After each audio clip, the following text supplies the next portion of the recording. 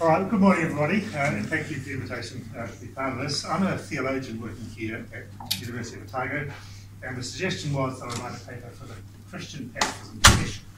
But that was somewhat oversubscribed, so I got bumped off into this one, so I hope you're not expecting something else. So I begin my paper with a blunt theological declaration that I will not have time to defend, but which is the framework within which I will offer a particular argument in favour of Christian pacifism. The blunt declaration is that violence and warfare are always a manifestation of human sinfulness. They represent a failure to live the kind of lives that God calls us to live. Put in more explicitly Christian terms, engagement in violence and warfare is a failure of Christian discipleship. Not everybody will regard that as a particularly compelling point of departure.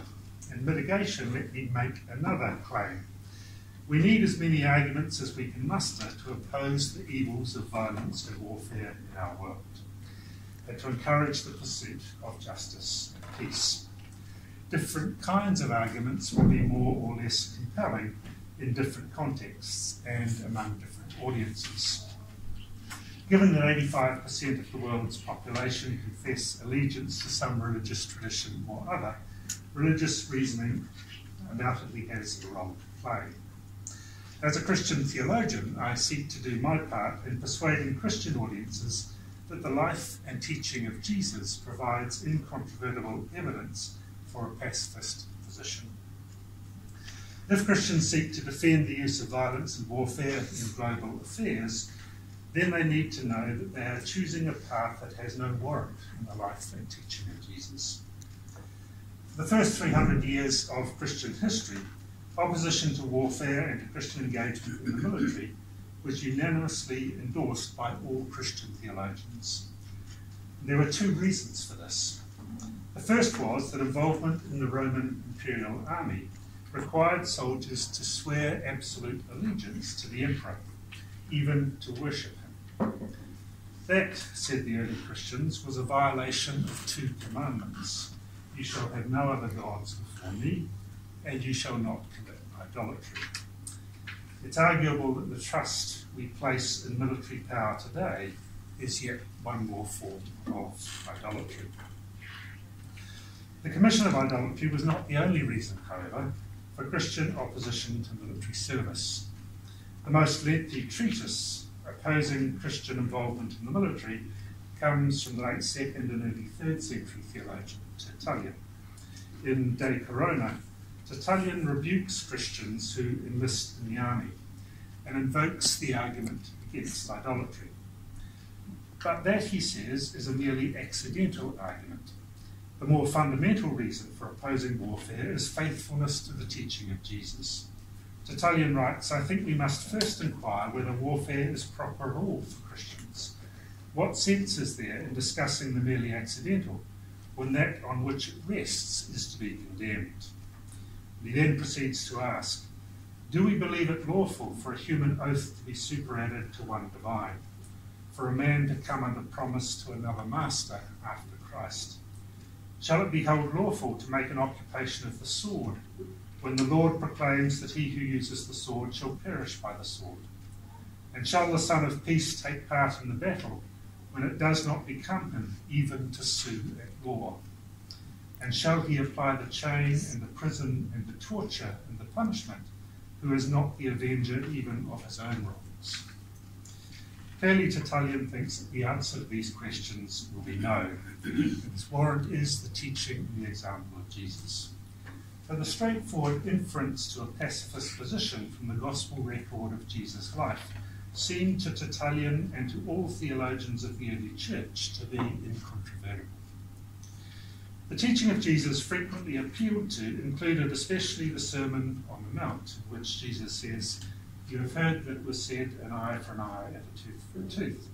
But I say to you, do not resist an evildoer. But if anyone strikes you on the right cheek, turn the other also. Or again, you have heard that it was said, you shall love your neighbour and hate your enemy.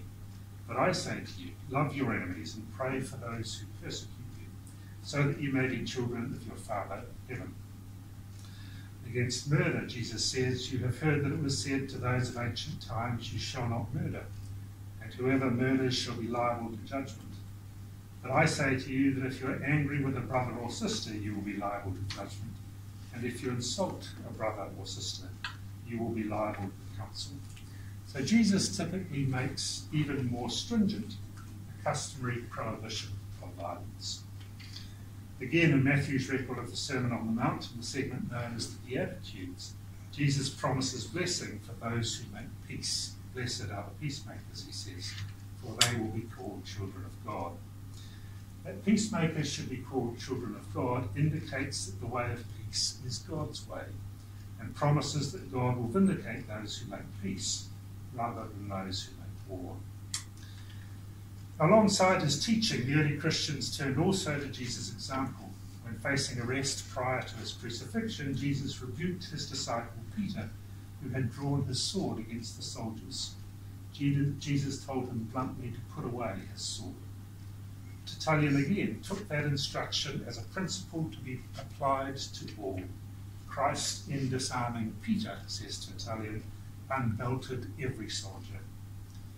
When Jesus himself was subjected to the brutal violence of crucifixion, among his dying words was the prayer that his executioners should be forgiven. Love of enemies was a principle upheld by Jesus even unto death. Now, Christians found plenty of support elsewhere in the Bible for a pacifist position. The Apostle Paul, for example, enjoins readers of his epistle to the Romans to bless those who persecute you. Bless and do not curse them. And further, quoting Proverbs 25, "If your enemies are hungry, feed them. If they are thirsty, give them something to drink. For by doing this you will heap burning coals on their heads. Do not be overcome by evil, but overcome evil with good." Now, such advice is repeated by the unknown author of the first epistle to Peter, who writes in the face of early persecution of Christians, "Do not repay evil for evil or abuse for abuse, but on the contrary, repay with a blessing." Clearly, the recommendation of both authors is that Christians subjected to evil or oppression should respond without violence. Now, in Christian theological reasoning, faithfulness to the teaching and example of Jesus is an imperative laid upon us because of the resurrection of Jesus from the dead. I'm compelled, again, to cut a long story short here, but the theological argument in favour of pacifism depends crucially not just upon the teaching and example of Jesus, but also on the fact that his way of non-violence, of forgiveness and love of one's enemies was vindicated by God through his raising of Jesus from the dead. The forces of violence and evil were undoubtedly gathered at Calvary. Crucifixion was a brutal and violent means of execution. It was a means of asserting the absolute and inviolable power of Rome, even over life and death. As Jesus' broken body was taken down from the cross and laid in a grave, it appeared that the power of Rome had won. And so it would have remained if Jesus had not been raised.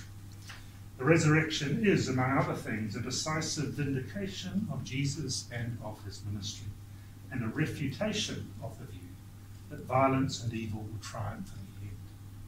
It signals that the forces of evil will not have the last word. The purpose of God, represented in all that Jesus said and did, will not be defeated, even when we do our worst.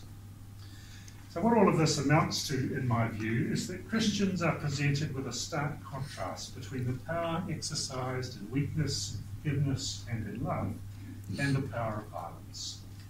The two are not compatible.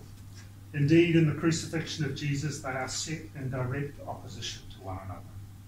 No elegant casuistry, no amount of pragmatic justification for war, no appeal to a provisional ethic necessary in a world that yet falls short of the kingdom of God can disguise the stark and irreconcilable contrast between the life and teaching of Jesus and the violence of warfare. The arguments in favour of Christian pacifism have been advanced in much more detail by a number of contemporary Christian ethicists. My estimation of the state of the play is that such arguments are gaining traction among Christians today, albeit there's a very long way to go in convincing all who claim to be followers of Jesus, that participation in violence and warfare is fundamentally incompatible with the Christian gospel. I want to draw attention, however, to one important aspect of the argument that I've briefly sketched. Ethical arguments can generally be arrayed along a spectrum between absolutist approaches to ethics at one end of the spectrum and relativist approaches at the other. Deontological ethics is an example of an absolutist approach that allows no exception to the universal dictates of practical reason. Consequentialist ethics, on the other, tends toward a relativist approach, in which the right or the best possible action in any given circumstance depends upon the likely consequence of the action. The consequentialist who is inclined to a pacifist position in most circumstances leaves open the possibility, however, albeit a slim one, that violent intervention in a situation of conflict might sometimes produce just and peaceful ends. The assassination of Hitler has sometimes been offered as an example. Consequentialism is a pragmatic mode of argument. Its principal concern is the adoption of means that will produce the best outcome. The theological argument that I have offered, however, is not of that kind. It holds rather that the use of violence in any circumstances is intrinsically wrong. It's wrong because it flies in the face of God's intent for human life, as revealed in Jesus Christ. Understood theologically, that is, in the light of Christ, the use of violence against other human beings for any reason is one more instance of what the Bible calls sin. To restate the point, Christian pacifism, grounded in the principle of obedience to Jesus Christ, does not rely on the exercise of a pragmatic calculus by which it might be shown that non-violent interventions are generally more successful in achieving justice and peace. Such arguments certainly have a place, but Christian pacifism rests ultimately, I think, on the question of what faithfulness to the way of Jesus requires. Now, I noted to begin with that the basic theological commitment that drives this argument will not appeal to everybody. Recognition of that fact does not invalidate the argument, but should function rather as an encouragement to pacifists to develop as many arguments as they can, suitably tailored to the range of fiduciary commitments of the world's multiple audiences. For some audiences, for 52% of New Zealanders, for example, who claim no religious affiliation, consequentialist arguments may well be more compelling.